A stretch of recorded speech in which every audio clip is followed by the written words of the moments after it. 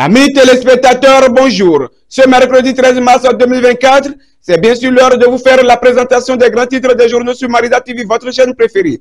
Mais en attendant, une goutte de pub. Cet espace vous est offert par le centre de formation Le Pithiviers. Le Pithiviers, le centre spécialisé en pâtisserie, boulangerie, hôtellerie et restauration. Le Pithiviers, voulez-vous connaître sa situation géographique? La voici. Lorsque vous quittez le carrefour Adjaka en allant vers l'échangeur Weiho, vous trouverez le Pithiviers avant la station GMP. Contactez-nous au 97 16 89 52 97 68 91 16, le Pithiviers. C'est la différence. Et tant que les infos paraissent, les journaux ne cesseront jamais de les rapporter.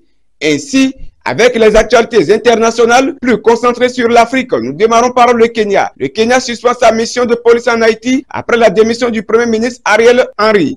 En RDC, Philippe Tshisekedi serait prêt à rencontrer Paul Kagame à certaines conditions. En Guinée, 2 enfants tués lors des manifestations contre les coupures d'électricité dans l'Ouest.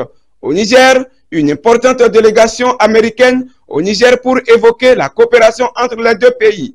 Au Sénégal, les pêcheurs veulent que les candidats s'engagent pour une pêche durable. Au Togo, le Parlement prolonge d'1 an l'état d'urgence dans la région des savanes.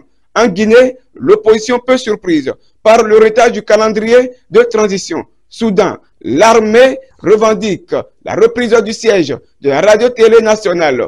En Éthiopie, à Addis Abeba, le triste ramadan des Soudanais séparés de leur famille par la guerre. En Somalie, les États-Unis sanctionnent un réseau de financement et de blanchissement d'argent des Tchébab. En Guinée-Bissau, 2 ex-ministres poursuivis pour détournement de fonds publics. En RDC, le M23 investit de localités sans combattre. Présidentielle au Sénégal, l'ancien PASTEF à la recherche d'une nouvelle stratégie de campagne. En Afrique du Sud, le vote zoulou très cotisé à l'approche des élections générales. En Guinée, nous devons travailler à une décrispation, annonce le Premier ministre Baouri. En Cameroun, un documentaire relance les questions sur une candidature de Paul Biya à la présidentielle. En Côte d'Ivoire, inéligible, Laurent Gbagbo accepte d'être candidat. À présent, les actualités locales. Code électoral.